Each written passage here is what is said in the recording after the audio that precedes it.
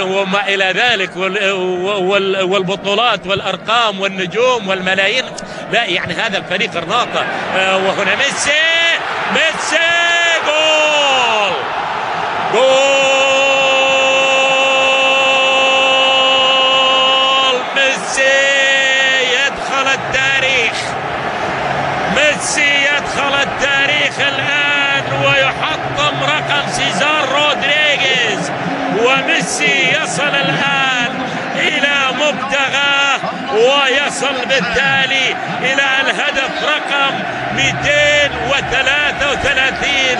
احتفالية كبيرة لميسي وللأنصار وللمشجعين.